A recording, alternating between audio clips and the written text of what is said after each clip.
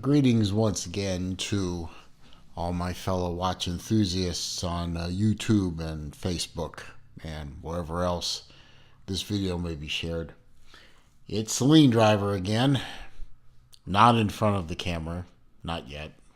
Don't want to do that yet. Maybe someday I will. Another unboxing video for today. A watch that I found a picture of many months ago.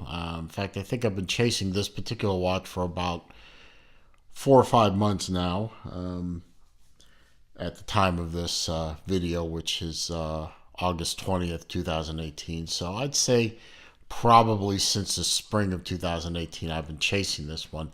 This one is hard to find. I seem to fall in love with watches that are really hard to find.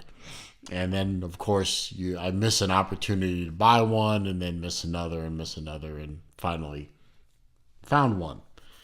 And as you can see, it's a Seiko, and it's a JDM, Japanese Domestic Market Seiko, which probably contributes to the hardness of finding such a thing. And again, as with the last unboxing I did, really, Seiko? Really? You couldn't provide a box big enough to put the instruction book in all the way? Small nitpick, but these are the little things that irk me sometimes, because I'm all about, the details of a watch, not just the watch itself, but how it's packaged. And Seiko seem to be pretty good, but sometimes, man. Anyway, let's open her up, see what we have here. This one is definitely unusual, at least in my opinion it is. There's the inner box. We'll just close up the outer box and put it over here. Put that there. Nice standard cardboard Seiko box, no big deal, but inside is the real prize. Ta-da! Oh boy. Definitely a different watch. As you can see, it's one of the Seiko 5 sports lines, but not your typical bezel. This one is a model number, model number, SRP123J1. Very easy to remember that one. And as you can see, I've had this watch for a few days now. I've already unboxed it for myself. I've already sized it. I took off the tag. Put that over there. And as you can see, SRP123J1. Tag was a little beat up because this was a display model, according to the seller. There might be a scuff or two, but I have yet to find it. But it was a display model. It's working fine. It's keeping great time. But just look at that. Just look at that dial. Kind of a silvery dial. Love the sword type hands. And the bezel, the world timer, quote unquote, bezel. Of course, I have mine set to New York on the bezel because I am on the East Coast of the United States in the Eastern time zone, and that's the closest I can come to. As you can see, it has, for the Central time zone, it has Chicago, and then Denver for Mountain Time, and Los Angeles out in Californication for West Coast United States, and then there's Anchorage and Honolulu, and then we start getting into the Pacific Islands and nations, Sydney, Tokyo. I think I know someone in the Sydney time zone. Hi Neil, how you doing? Bangkok, I think I know someone in Bangkok time zone. Hong Kong, certainly. That would be my good buddy Elshin. I believe he's in the same time zone, or Singapore is in that area. and Karachi and Dubai. And Dubai is the area where this came from. I found this from good friend Ferris, distinguished collector or distinguished collection on eBay. He's got a bunch of hard to find Seikos on there. Let's see, we've also got Azores, London. My good friend Devore in London. How you doing? Oh, and can't forget Tal. He's in Sydney area. I neglected to peel off this piece of plastic in the back here. Goodbye. Anyway, nice watch for a traveling person, which I am not. But I just fell in love with that bezel. It is a bi-directional bezel. It will rotate in both directions. And it's firm enough where a casual, like that isn't going to move it. It takes a little bit of effort, not too much, but enough that, occasional bump isn't going to move the bezel. Silver dial, stainless steel, standard Seiko stainless steel bracelet with a push button. No fold over on this one. That's obviously not a dive watch. Not intended to be a dive watch, so they didn't see the necessity in doing a fold-over clasp like you see on a diver.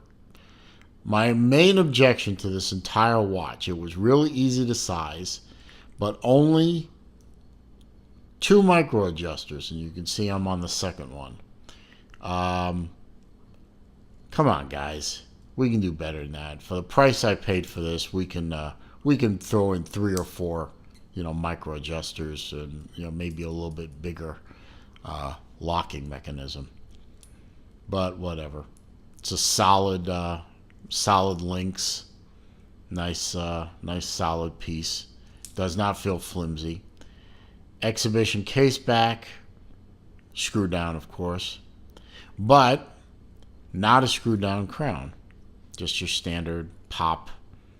One pop lets you set day and date, 2 pops, time, and you can see it is a hackable movement. And my usual notes, we have a Seiko SRP123J1. It is a Japanese domestic market or JDM watch from their Seiko 5 line. As you can see, it is a 24 joule movement and 100-meter water resistance, so good for splashing around, maybe jump in the pool.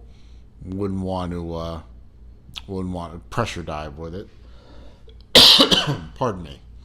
It is a 4R36 movement, the workhorse of the mid-range Seiko lineup. So easy to service. It's not going to fail anytime soon. But anybody and his mother with a pair of vice grips and some duct tape can work on the bloody thing.